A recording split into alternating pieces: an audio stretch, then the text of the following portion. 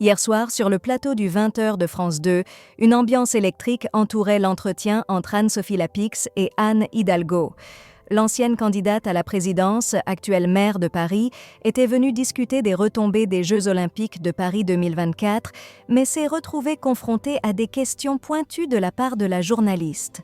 D'emblée, Anne Hidalgo a mis en avant les bénéfices des Jeux, insistant sur le renforcement du lien social. Ce que nous apprenons là ensemble, c'est à retrouver le goût d'être ensemble. J'espère que cela perdurera et il nous appartient, à nous politiques, de soutenir cet élan, a-t-elle expliqué. Cependant, Anne-Sophie Lapix, fraîchement revenue d'un séjour au Pays Basque, ne s'est pas contentée de réponses générales et a rapidement orienté la discussion vers des préoccupations plus concrètes des Parisiens. Lapix a interpellé la maire sur les mesures effectives prises pour améliorer la sécurité et la propreté dans la capitale. En réponse, Hidalgo a défendu ses actions. La sécurité s'est améliorée grâce au dévouement des agents de la police municipale et des médiateurs. Concernant la propreté, nous avons renforcé nos dispositifs bien avant les Jeux.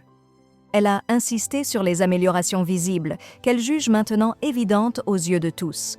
Le ton de l'entrevue a oscillé entre éloges tactiques et critiques acerbes, illustrant la tension entre l'optimisme politique d'Hidalgo et le scepticisme journalistique de Lapix qui a piqué avec une pointe d'ironie. Donc, ce n'est pas mieux que d'habitude. Ce à quoi Hidalgo a rétorqué que les améliorations étaient non seulement réelles, mais aussi perceptibles. Cet entretien, loin d'être un simple bilan des Jeux, s'est transformé en une joute verbale révélant les défis auxquels la maire est confrontée, à la fois dans sa gestion de la ville et dans sa communication avec le public.